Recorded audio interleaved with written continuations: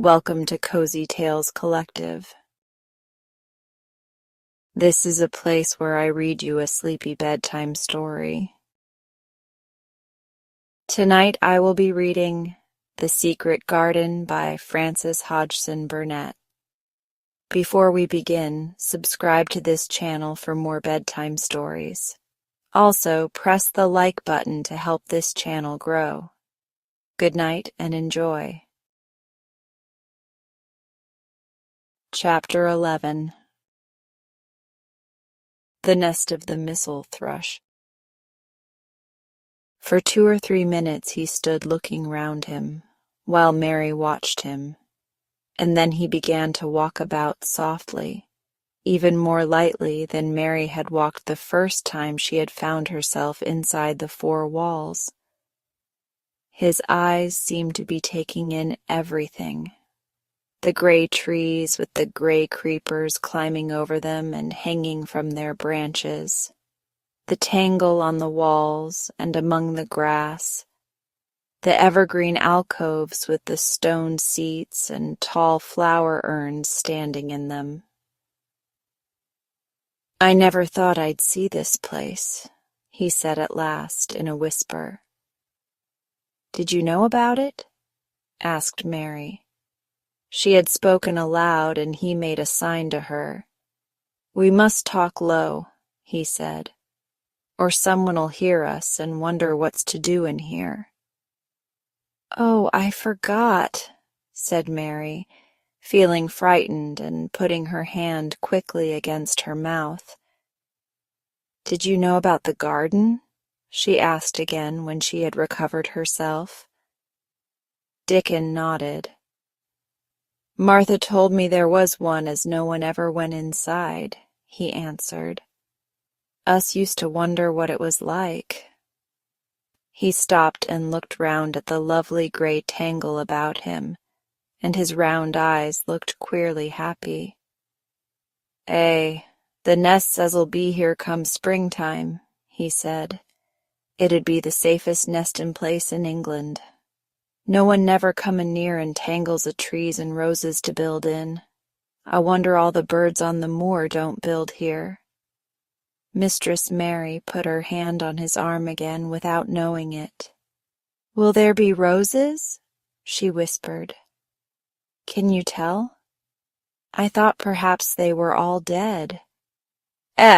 No, not them, not all of 'em," he answered. "Look here." He stepped over to the nearest tree, an old one with gray lichen all over its bark, but upholding a curtain of tangled sprays and branches. He took a thick knife out of his pocket and opened one of its blades. "There's lots of dead wood as ought to be cut out," he said, "and there's a lot of old wood, but it made some new last year. This here's a new bit." And he touched a shoot which looked brownish-green instead of hard, dry gray. Mary touched it herself in an eager, reverent way. "That one?" she said. "Is that one quite alive? Quite?" Dickon curved his wide, smiling mouth. "It's as wick as you or me," he said. And Mary remembered that Martha had told her that wick meant alive or lively. "I'm glad it's wick," she cried out in her whisper. "I want them all to be wick. Let us go round the garden and count how many wick ones there are." She quite panted with eagerness, and Dickon was as eager as she was. They went from tree to tree and from bush to bush. Dickon carried his knife in his hand and showed her things which she thought wonderful. "They've run wild," he said, "but the strongest ones has fair thrived on it. The delicatest ones has died out, but the others has growed and spread till they's a wonder. See here," and he pulled down a thick, gray, dry-looking branch. "A body might think this was dead wood, but I don't believe it is. down to the root. I'll cut it low down and see." He knelt and with his knife cut the lifeless-looking branch through, not far above the earth. "There," he said exultantly. "I told thee so. There's green in that wood yet. Look at it." Mary was down on her knees before he spoke, gazing with all her might. "When it looks a bit greenish and juicy like that, it's wick," he explained. "When the inside is dry and breaks easy, like this here piece I've cut off, it's done for. There's a big root here as all this live wood sprung out of, and if the old wood's cut off and it's dug round and took care of, there'll be—" He stopped and lifted his face to look up at the climbing and hanging sprays above him. "There'll be a fountain o' roses here this summer." They went from bush to bush and from tree to tree. He was very strong and clever with his knife and knew how to cut the dry and dead wood away, and could tell when an unpromising bough or twig had still green life in it. In the course of half an hour, Mary thought she could tell too, and when he cut through a lifeless-looking branch, she would cry out joyfully under her breath when she caught sight of the least shade of moist green. The spade and hoe and fork were very useful. He showed her how to use the fork while he dug about roots with the spade and stirred the earth and let the air in.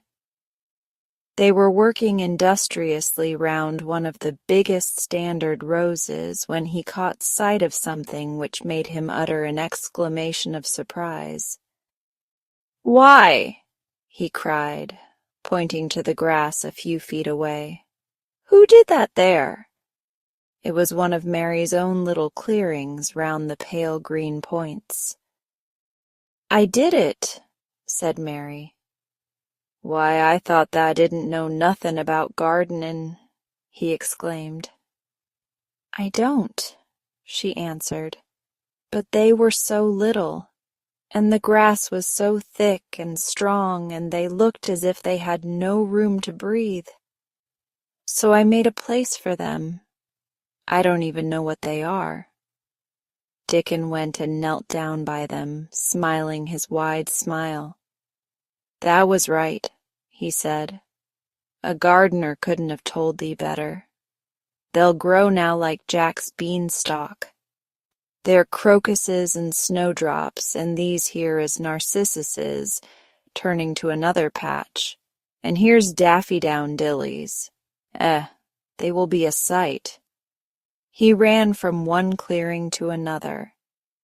"Tha has done a lot of work for such a little wench," he said, looking her over. "I'm growing fatter," said Mary, "and I'm growing stronger. I used always to be tired. When I dig, I'm not tired at all. I like to smell the earth when it's turned up." "It's rare good for thee," he said, nodding his head wisely. "There's not as nice as the smell of good clean earth, except the smell of fresh growin' things when the rain falls on 'em. I get out on the moor many a day when it's rainin', and I lie under a bush and listen to the soft swish o' drops on the heather, and I just sniff and sniff. My nose end fair quivers like a rabbit's, Mother says." "Do you never catch cold?" inquired Mary, gazing at him wonderingly. She had never seen such a funny boy, or such a nice one. "Not me," he said, grinning. "I never ketched cold since I was born. I wasn't brought up nesh enough. I've chased about the moor in all weathers same as the rabbits does. Mother says I've sniffed up too much fresh air for 12 years to ever get to sniffin' with cold. I'm as tough as a whitethorn knobstick." He was working all the time he was talking, and Mary was following him and helping him with her fork or the trowel. "There's a lot of work to do here," he said once, looking about quite exultantly. Will you come again and help me to do it? Mary begged. I'm sure I can help too. I can dig and pull up weeds and do whatever you tell me. Oh, do come, Dickon. I'll come every day if thou wants me, rain or shine, he answered stoutly. It's the best fun I ever had in my life, shut in here and wakening up a garden. If you will come, said Mary, if you will help me to make it alive, I don't know what I'll do, she ended helplessly. What could you do for a boy like that? I'll tell thee what thou'll do, said Dickon with his happy grin. Thou'll get fat and thou'll get as hungry as a young fox, and thou'll learn how to talk to the robin same as I do. We'll have a lot of fun. He began to walk about, looking up in the trees and at the walls and bushes with a thoughtful expression. I wouldn't want to make it look like a gardener's garden, all clipped and spick and span, would you? He said. It's nicer like this, with things running wild and swinging and catching hold of each other. Don't let us make it tidy, said Mary anxiously. It wouldn't seem like a secret garden if it was tidy. Dickon stood rubbing his rusty red head with a rather puzzled look. It's a secret garden sure enough, he said, but seems like someone besides the robin must have been in it since it was shut up 10 years ago. But the door was locked and the key was buried, said Mary. No one could get in. That's true, he answered. It's a queer place. Seems to me as if there'd been a bit of pruning done here and there later than 10 years ago. But how could it have been done? Said Mary. He was examining a branch of a standard rose, and he shook his head. Aye, how could it? He murmured. With the door locked and the key buried. Mistress Mary always felt that however many years she lived, she should never forget that first morning when her garden began to grow. Of course, it did seem to begin to grow for her that morning.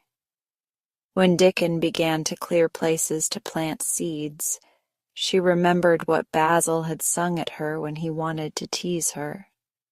Are there any flowers that look like bells? She inquired. Lilies o' the valley does, he answered, digging away with the trowel. And there's Canterbury bells and campanulas. Let us plant some, said Mary. There's lilies o' the valley here already. I saw 'em. They'll have growed too close, and we'll have to separate 'em, but there's plenty. The other ones takes 2 years to bloom from seed, but I can bring you some bits of plants from our cottage garden. Why does thou want 'em? Then Mary told him about Basil and his brothers and sisters in India, and of how she had hated them, and of their calling her Mistress Mary quite contrary. They used to dance round and sing at me. They sang, Mistress Mary, quite contrary, how does your garden grow, with silver bells and cockle shells and marigolds all in a row? I just remembered it, and it made me wonder if there were really flowers like silver bells. She frowned a little and gave her trowel a rather spiteful dig into the earth. I wasn't as contrary as they were. But Dickon laughed. He said, and as he crumbled the rich black soil, she saw he was sniffing up the scent of it. There doesn't seem to be no need for no one to be contrary when there's flowers and such like, and such lots of friendly wild things running about making homes for themselves or building nests and singing and whistling, does there? Mary, kneeling by him holding the seeds, looked at him and stopped frowning. Dickon, she said, you are as nice as Martha said you were. I like you, and you make the 5th person. I never thought I should like 5 people. Dickon sat up on his heels as Martha did when she was polishing the grate.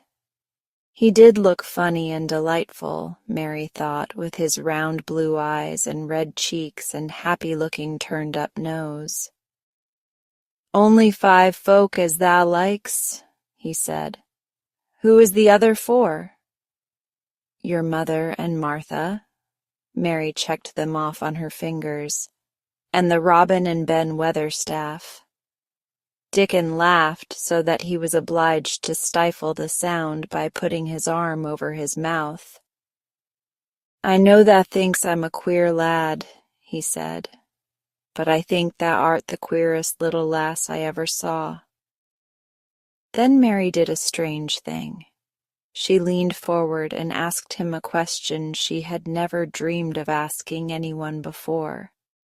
And she tried to ask it in Yorkshire because that was his language, and in India a native was always pleased if you knew his speech. "Does that like me?" she said. He answered heartily. "That I does. I likes thee wonderful, and so does the robin, I do believe." "That's 2 then," said Mary. "That's 2 for me." And then they began to work harder than ever and more joyfully. Mary was startled and sorry when she heard the big clock in the courtyard strike the hour of her midday dinner. "I shall have to go," she said mournfully. "And you will have to go too, won't you?" Dickon grinned. "My dinner's easy to carry about with me," he said. "Mother always lets me put a bit of something in my pocket." He picked up his coat from the grass and brought out of a pocket a lumpy little bundle tied up in a quiet, clean, coarse, blue and white handkerchief. It held 2 thick pieces of bread with a slice of something laid between them. "It's oftenest naught but bread," he said. "But I've got a fine slice of fat bacon with it today." Mary thought it looked a queer dinner, but he seemed ready to enjoy it. "Run on and get thy victuals," he said. "I'll be done with mine first. I'll get some more work done before I start back home." He sat down with his back against a tree. "I'll call the robin up," he said, "and give him the rind of the bacon to peck at. They likes a bit of fat wonderful." Mary could scarcely bear to leave him. Suddenly it seemed as if he might be a sort of wood fairy who might be gone when she came into the garden again. He seemed too good to be true. She went slowly halfway to the door in the wall, and then she stopped and went back. "Whatever happens, you never would tell?" she said. His poppy-colored cheeks were distended with his first big bite of bread and bacon, but he managed to smile encouragingly. "If thou was a missel thrush and showed me where thy nest was, does thou think I'd tell anyone? Not me," he said. "Thou art as safe as a missel thrush." And she was quite sure she was. Chapter 12.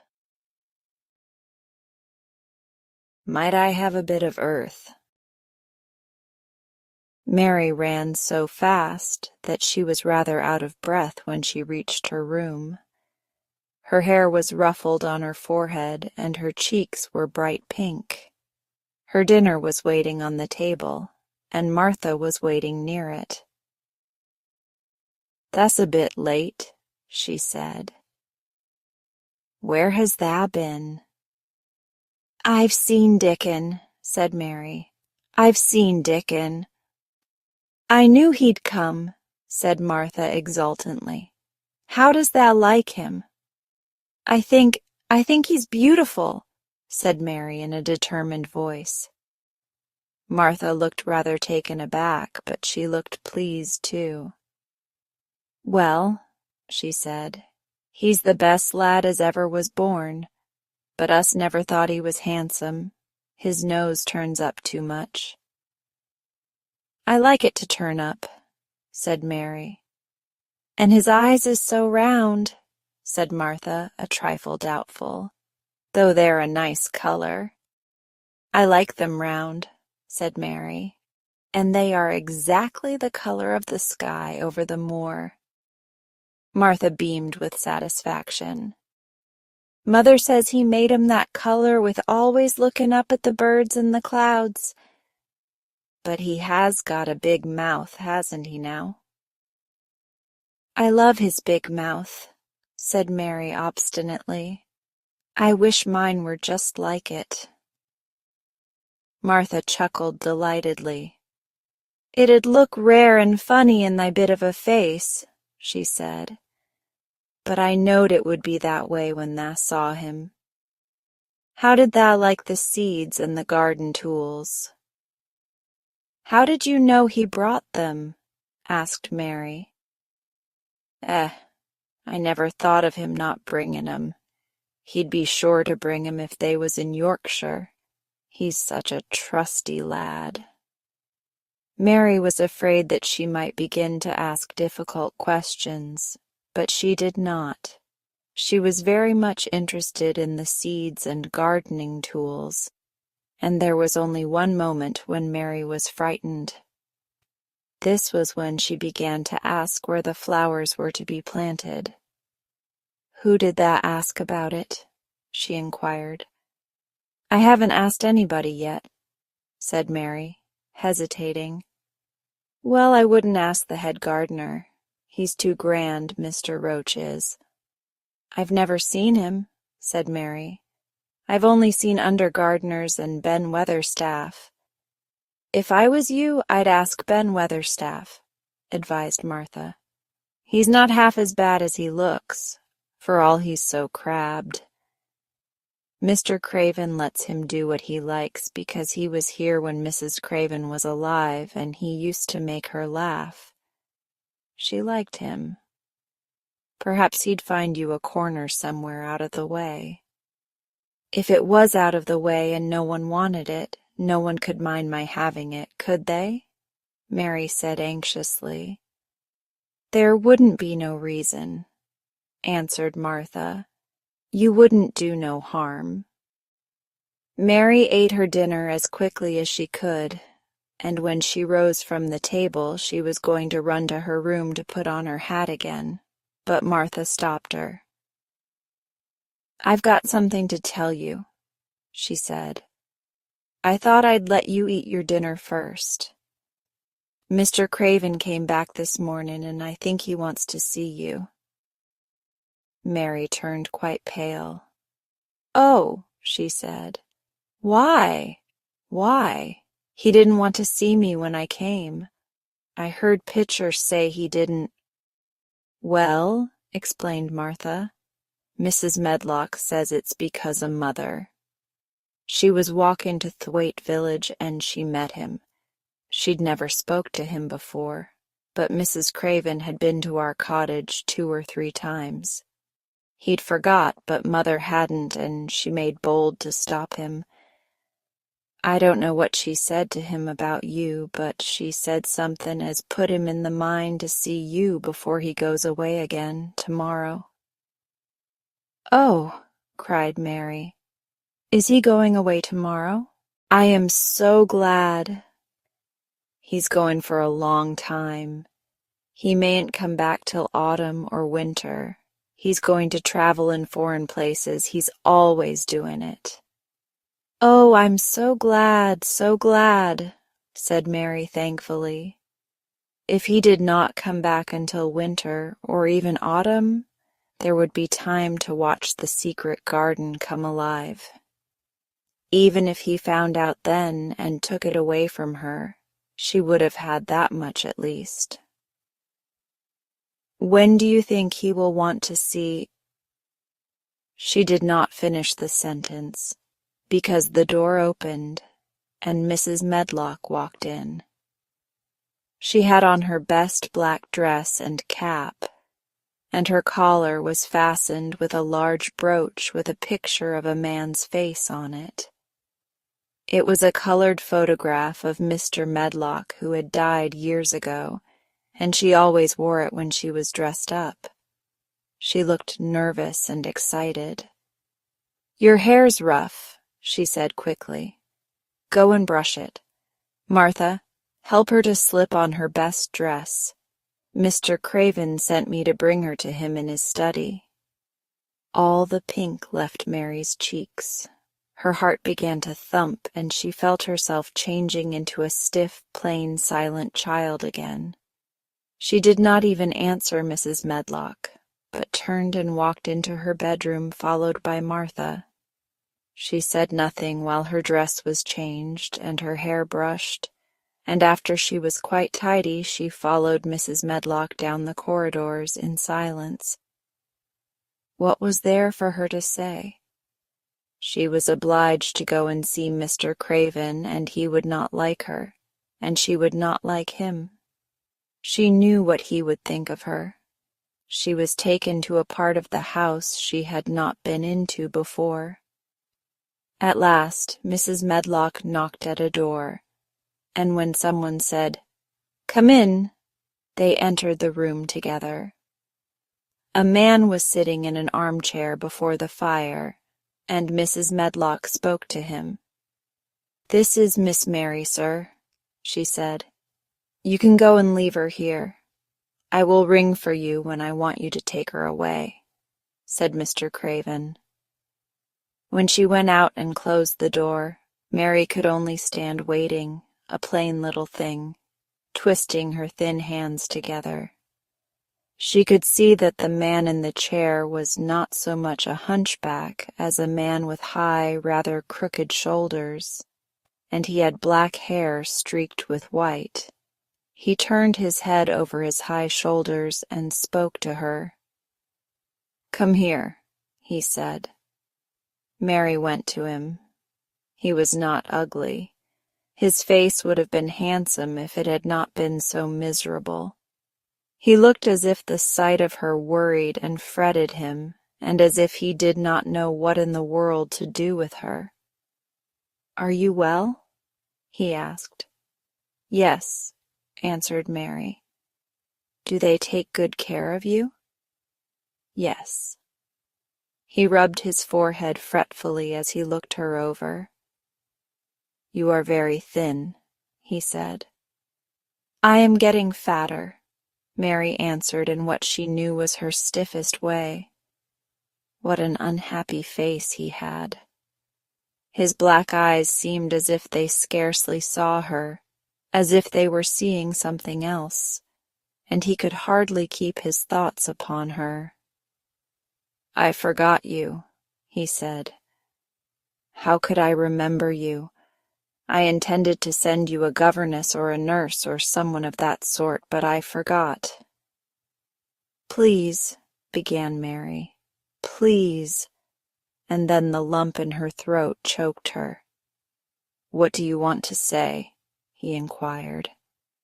I am too big for a nurse," said Mary, "and please don't make me have a governess yet."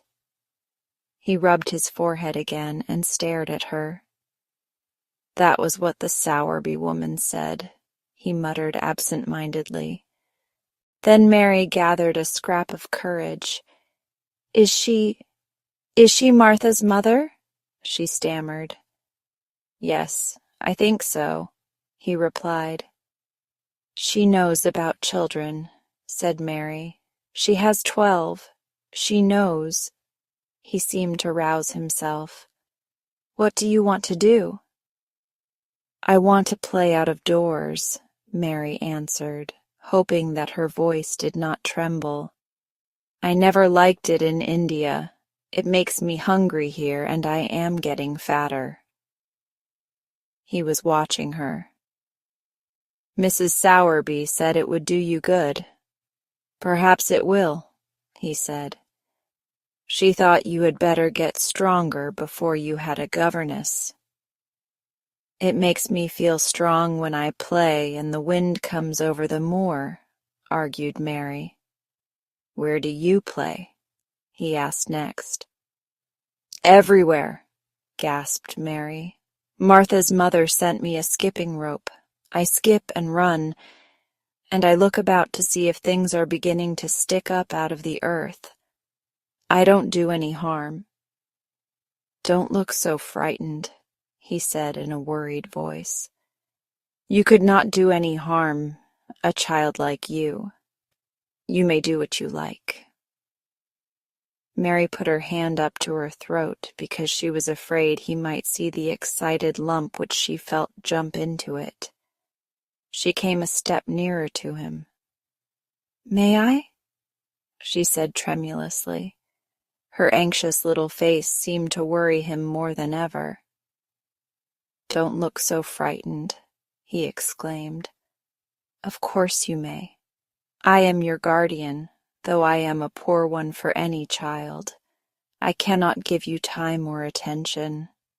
I am too ill and wretched and distracted, but I wish you to be happy and comfortable. I don't know anything about children, but Mrs. Medlock is to see that you have all you need. I sent for you today because Mrs. Sowerby said I ought to see you. Her daughter had talked about you. She thought you needed fresh air and freedom and running about. She knows all about children, Mary said again in spite of herself. She ought to, said Mr. Craven. I thought her rather bold to stop me on the moor, but she said Mrs. Craven had been kind to her. It seemed hard for him to speak his dead wife's name. She is a respectable woman. Now I have seen you, I think she said sensible things. Play out of doors as much as you like. It's a big place, and you may go where you like and amuse yourself as you like.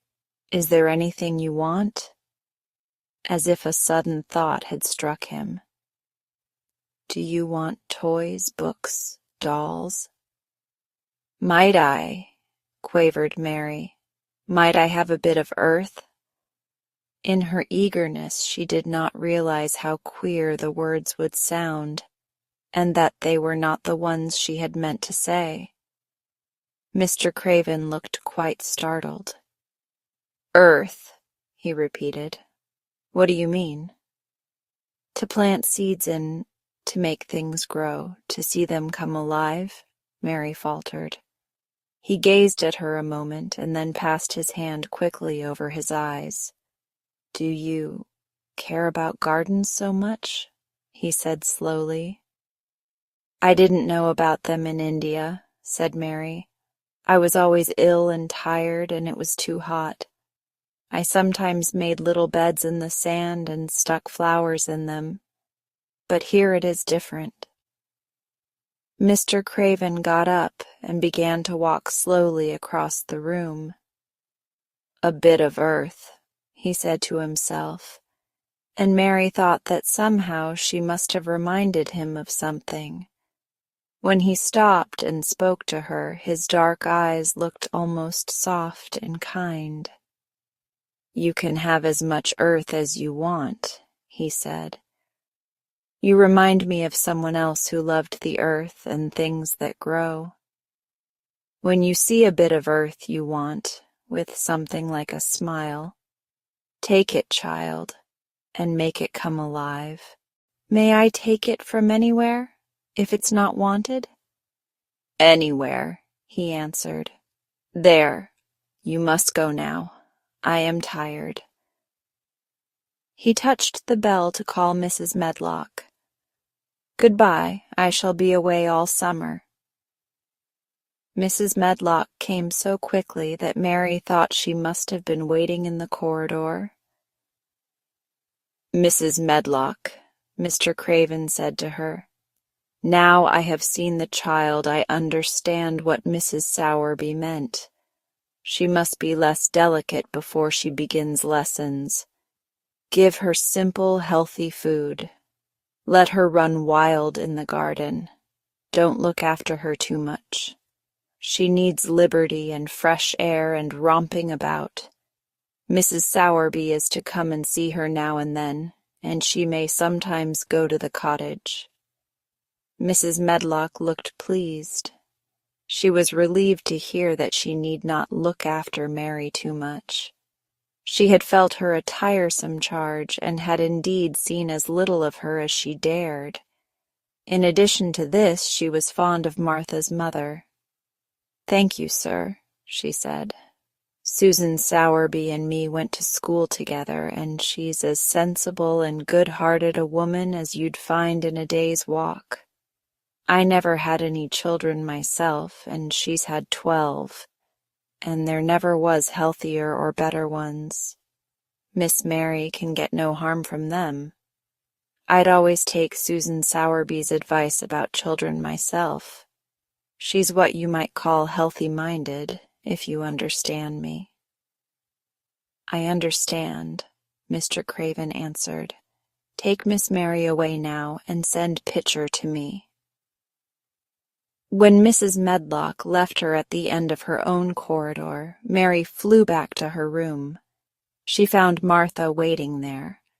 Martha had, in fact, hurried back after she had removed the dinner service. "I can have my garden," cried Mary. "I may have it where I like. I'm not going to have a governess for a long time. Your mother is coming to see me, and I may go to your cottage. He says a little girl like me could not do any harm, and I may do what I like. Anywhere."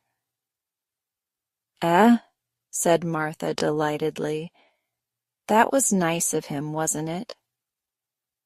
"Martha," said Mary solemnly, "he is really a nice man.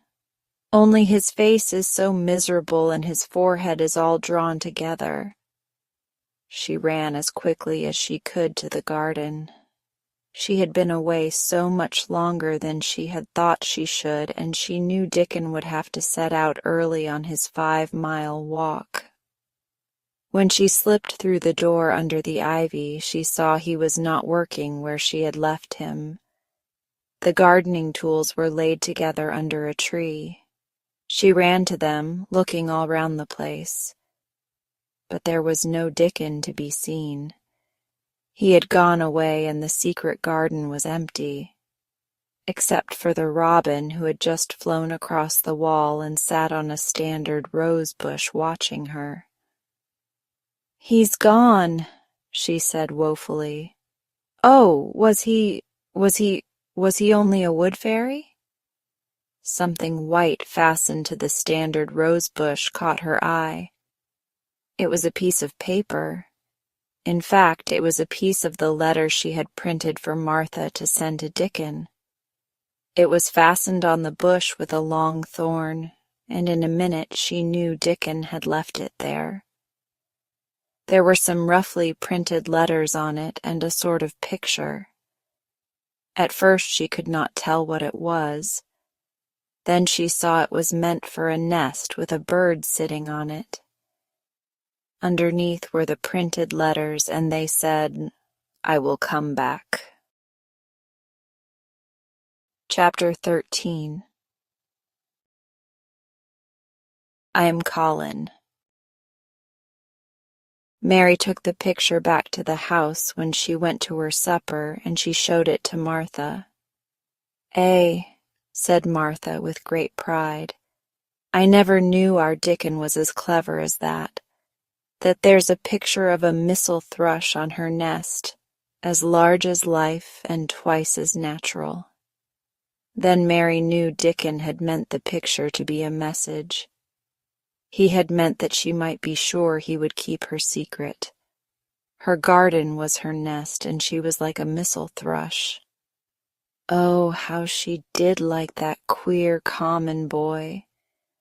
She hoped he would come back the very next day, and she fell asleep looking forward to the morning. But you never know what the weather will do in Yorkshire, particularly in the springtime. She was awakened in the night by the sound of rain beating with heavy drops against her window. It was pouring down in torrents, and the wind was wuthering round the corners and in the chimneys of the huge old house. Mary sat up in bed and felt miserable and angry. "The rain is as contrary as I ever was," she said. "It came because it knew I did not want it." She threw herself back on her pillow and buried her face.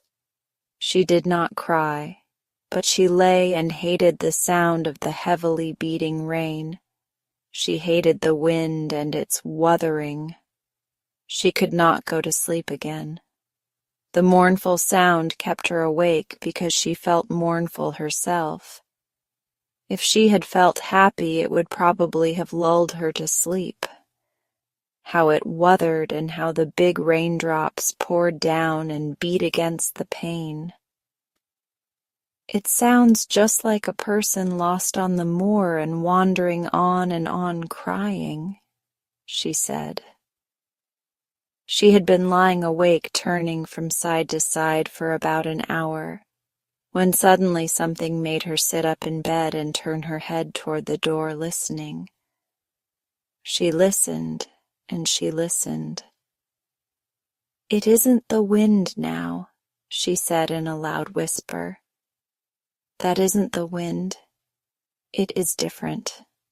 It is that crying I heard before." The door of her room was ajar, and the sound came down the corridor, a far-off faint sound of fretful crying. She listened for a few minutes, and each minute she became more and more sure. She felt as if she must find out what it was. It seemed even stranger than the secret garden and the buried key. Perhaps the fact that she was in a rebellious mood made her bold. She put her foot out of bed and stood on the floor. "I am going to find out what it is," she said. "Everybody is in bed, and I don't care about Mrs. Medlock. I don't care." There was a candle by her bedside, and she took it up and went softly out of the room. The corridor looked very long and dark, but she was too excited to mind that. She thought she remembered the corners she must turn to find the short corridor with the door covered with tapestry, the one Mrs. Medlock had come through the day she lost herself. The sound had come up that passage, so she went on with her dim light, almost feeling her way, her heart beating so loud that she fancied she could hear it. The far-off faint crying went on and led her. Sometimes it stopped for a moment or so and then began again. Was this the right corner to turn? She stopped and thought. Yes, it was. Down this passage and then to the left and then up 2 broad steps and then to the right again. Yes, there was the tapestry door. She pushed it open very gently and closed it behind her. And she stood in the corridor and could hear the crying quite plainly, though it was not loud. It was on the other side of the wall at her left, and a few yards farther on there was a door. She could see a glimmer of light coming from beneath it. The someone was crying in that room, and it was quite a young someone. So she walked to the door and pushed it open. And there she was, standing in the room. It was a big room with ancient, handsome furniture in it. There was a low fire glowing faintly on the hearth, and a nightlight burning by the side of a carved 4-posted bed hung with brocade. And on the bed was lying a boy, crying fretfully. Mary wondered if she was in a real place, or if she had fallen asleep again and was dreaming without knowing it. The boy had a sharp, delicate face the color of ivory, and he seemed to have eyes too big for it. He had also a lot of hair which tumbled over his forehead in heavy locks, and made his thin face seem smaller. He looked like a boy who had been ill, but he was crying more as if he were tired and cross than as if he were in pain. Mary stood near the door with her candle in her hand, holding her breath. Then she crept across the room, and as she drew nearer, the light attracted the boy's attention, and he turned his head on his pillow and stared at her, his gray eyes opening so wide that they seemed immense. "Who are you? Are you a ghost?" Page 157. "Who are you?" he said at last in a half-frightened whisper. "Are you a ghost?" "No, I am not," Mary answered, her own whisper sounding half-frightened. "Are you one?" He stared and stared and stared. Mary could not help noticing what strange eyes he had. They were agate gray, and they looked too big for his face because they had black lashes all round them. "No," he replied after waiting a moment or so. "I am Colin." "Who is Colin?" she faltered. "I am Colin Craven. Who are you?" "I am Mary Lennox. Mr. Craven is my uncle." "He is my father," said the boy. "Your father?" gasped Mary. "No one ever told me he had a boy. Why didn't they?" "Come here," he said, still keeping his strange eyes fixed on her with an anxious expression. She came close to the bed, and he put out his hand and touched her. "You are real, aren't you?" he said. "I have such real dreams very often. You might be one of them." Mary had slipped on a woolen wrapper before she left her room, and she put a piece of it between his fingers. "Rub that and see how thick and warm it is," she said. "I will pinch you a little if you like, to show you how real I am. For a minute I thought you might be a dream too." "Where did you come from?" he asked. "From my own room. The wind wuthered so I couldn't go to sleep, and I heard someone crying and wanted to find out who it was." "What were you crying for?" "Because I couldn't go to sleep either, and my head ached. Tell me your name again." "Mary Lennox. Did no one ever tell you I had come to live here?" He was still fingering the fold of her wrapper, but he began to look a little more as if he believed in her reality. "No," he answered. "They daren't." "Why?" asked Mary. "Because I should have been afraid you would see me. I won't let people see me and talk me over." "Why?" Mary asked again, feeling more mystified every moment. "Because I am like this always, ill and having to lie down. My father won't let people talk me over either. The servants are not allowed to speak about me. If I live, I may be a hunchback, but I shan't live. My father hates to think I may be like him."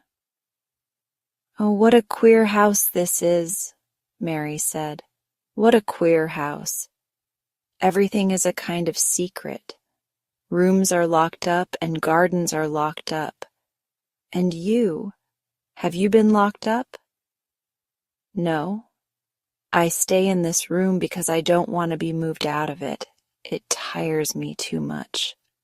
"Does your father come and see you?" Mary ventured. "Sometimes, generally when I am asleep. He doesn't want to see me." "Why?" Mary could not help asking again. A sort of angry shadow passed over the boy's face. "My mother died when I was born, and it makes him wretched to look at me. He thinks I don't know, but I've heard people talking. He almost hates me." "He hates the garden, because she died," said Mary, half speaking to herself. "What garden?" the boy asked. "Oh, just a garden she used to like," Mary stammered.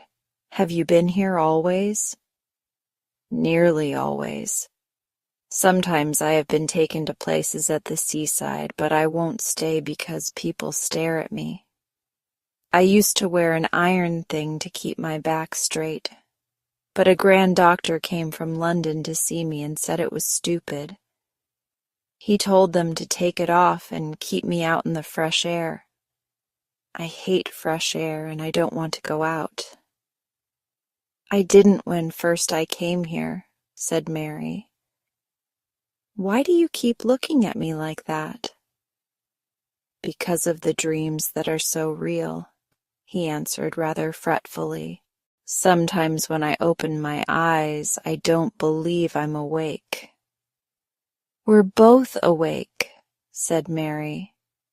She glanced round the room with its high ceiling and shadowy corners and dim firelight. It looks quite like a dream, and it's the middle of the night, and everybody in the house is asleep. Everybody but us. We are wide awake. I don't want it to be a dream, the boy said restlessly. Mary thought of something all at once. If you don't like people to see you, she began, do you want me to go away? He still held the fold of her wrapper, and he gave it a little pull.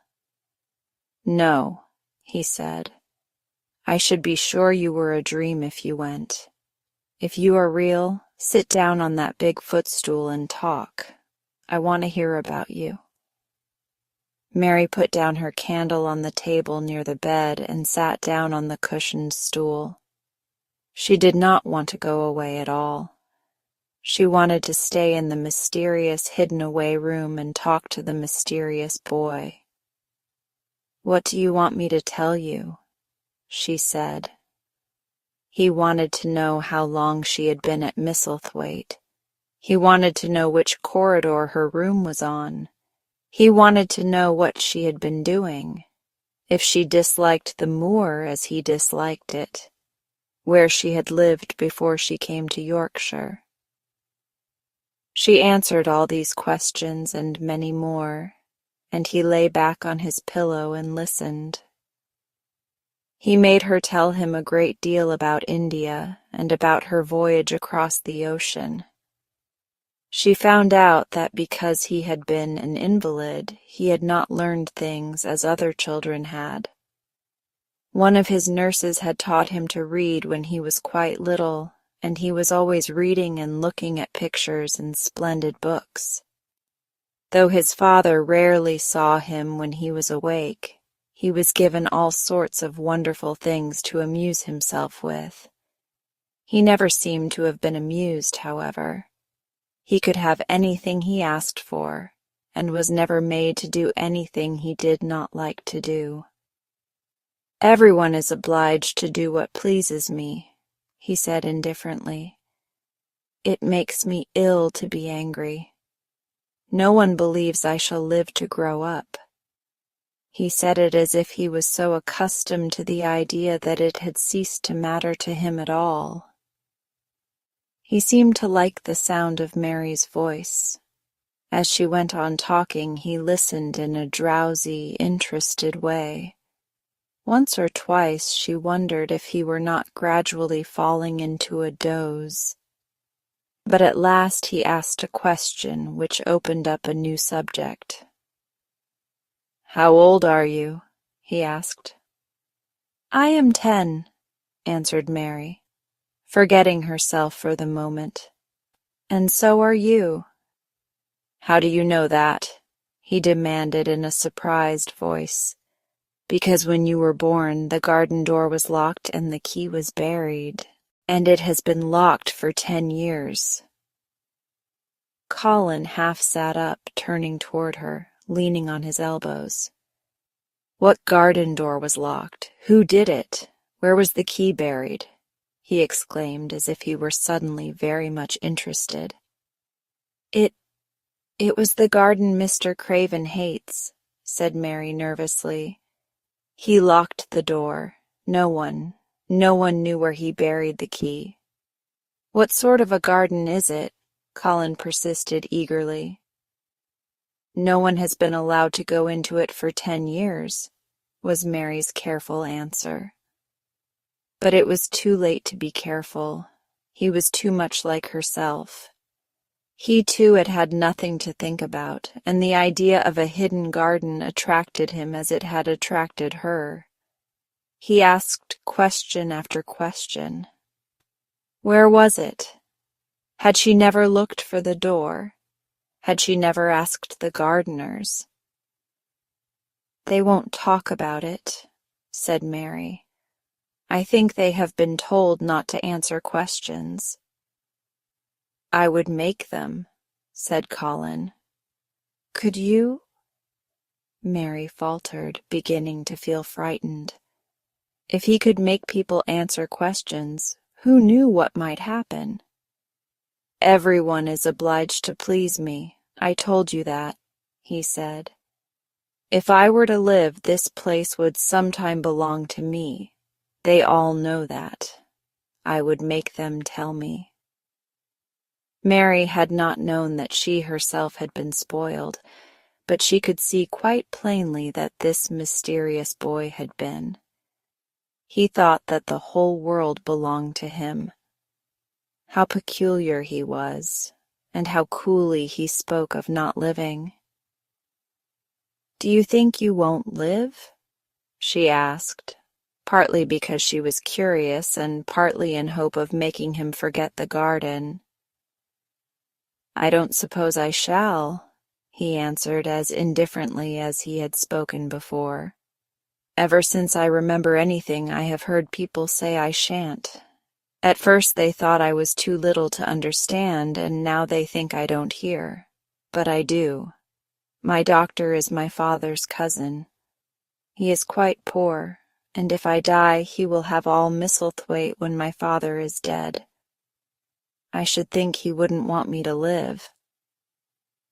Do you want to live? Inquired Mary. No, he answered in a cross, tired fashion.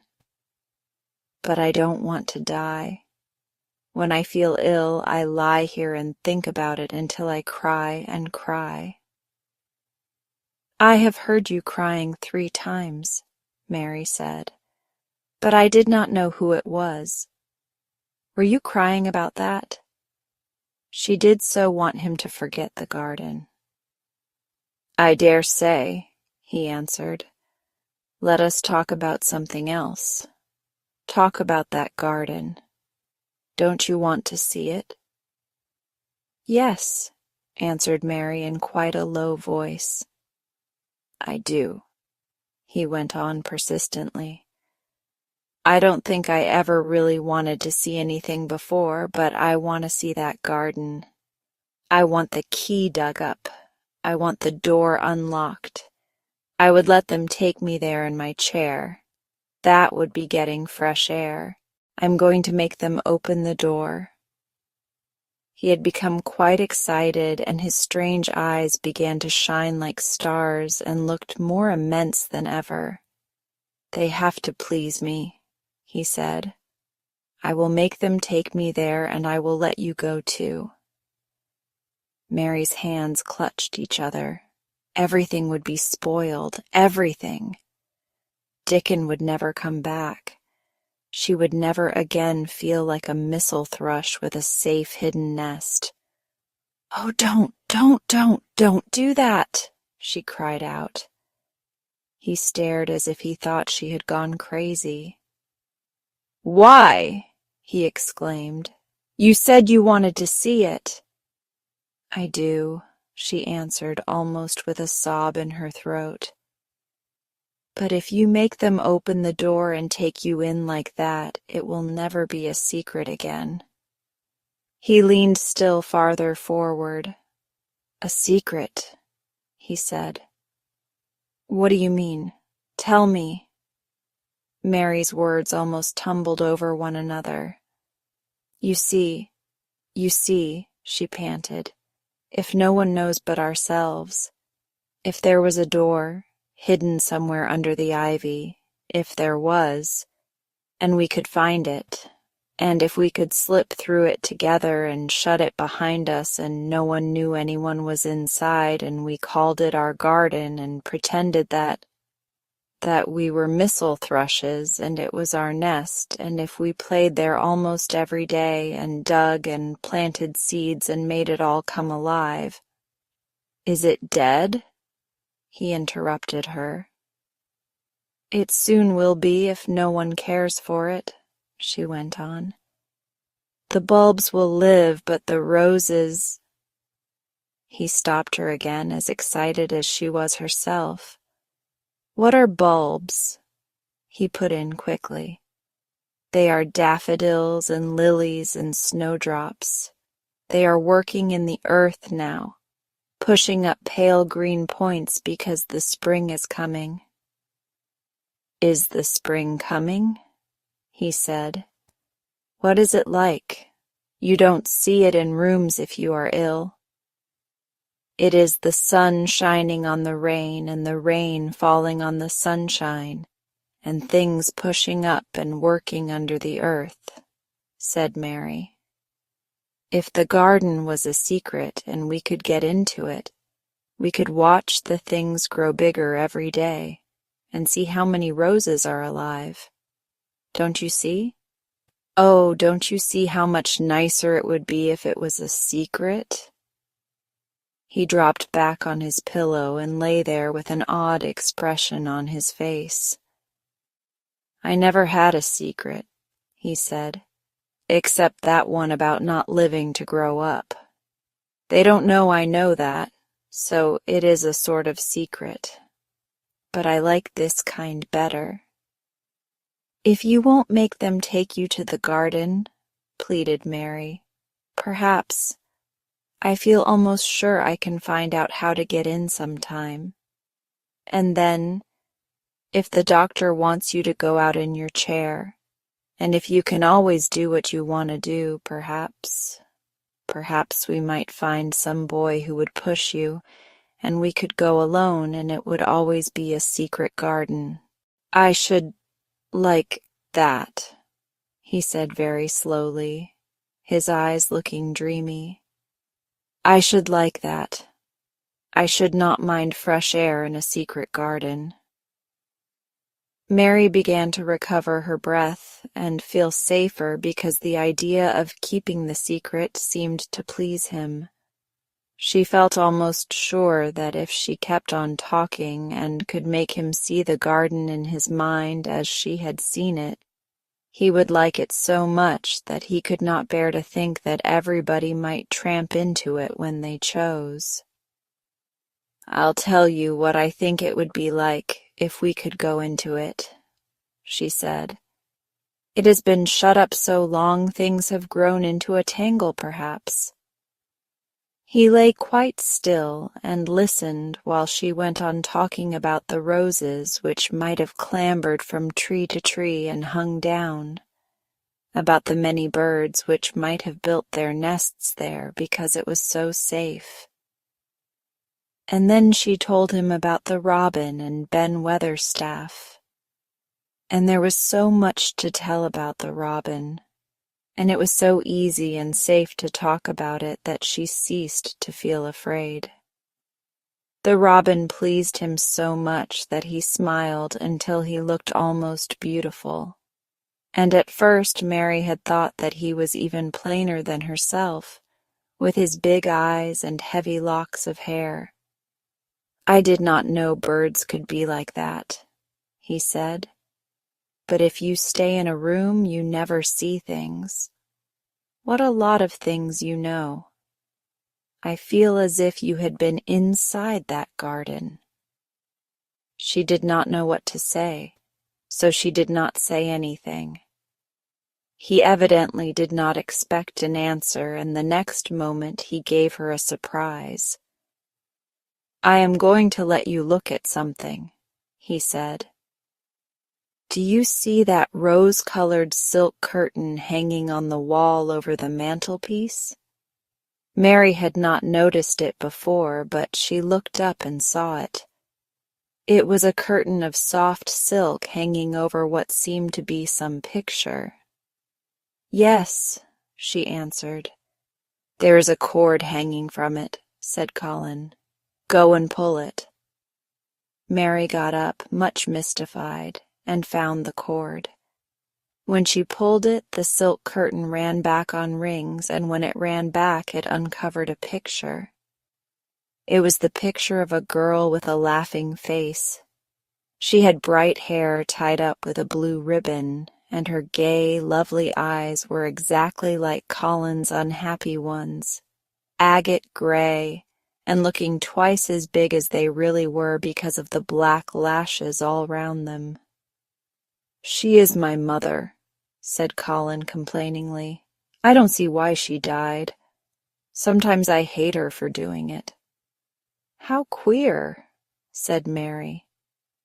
"If she had lived, I believe I should not have been ill always," he grumbled. "I dare say I should have lived too, and my father would not have hated to look at me. I dare say I should have had a strong back. Draw the curtain again." Mary did as she was told and returned to her footstool. "She is much prettier than you," she said, "but her eyes are just like yours.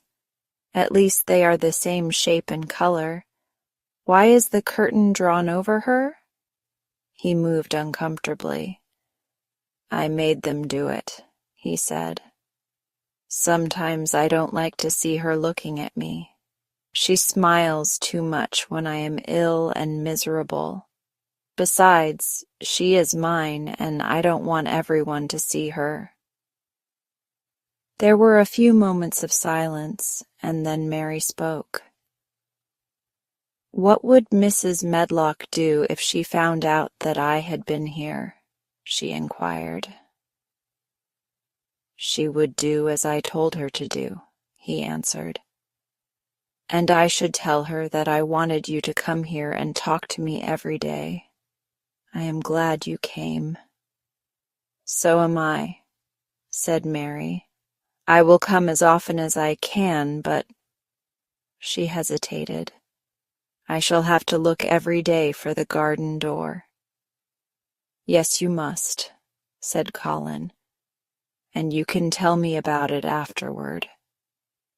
He lay thinking a few minutes, as he had done before, and then he spoke again. "I think you shall be a secret too," he said. "I will not tell them until they find out. I can always send the nurse out of the room and say that I want to be by myself. Do you know Martha?" "Yes, I know her very well," said Mary. "She waits on me." He nodded his head toward the outer corridor. "She is the one who is asleep in the other room. The nurse went away yesterday to stay all night with her sister, and she always makes Martha attend to me when she wants to go out. Martha shall tell you when to come here." Then Mary understood Martha's troubled look when she had asked questions about the crying. "Martha knew about you all the time," she said. "Yes, she often attends to me. The nurse likes to get away from me, and then Martha comes." "I have been here a long time," said Mary. "Shall I go away now? Your eyes look sleepy." "I wish I could go to sleep before you leave me," he said rather shyly. "Shut your eyes," said Mary, drawing her footstool closer, "and I will do what my ayah used to do in India. I will pat your hand and stroke it and sing something quite low." "I should like that, perhaps," he said drowsily.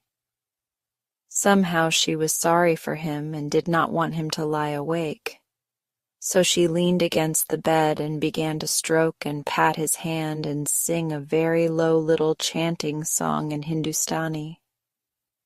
"That is nice," he said more drowsily still.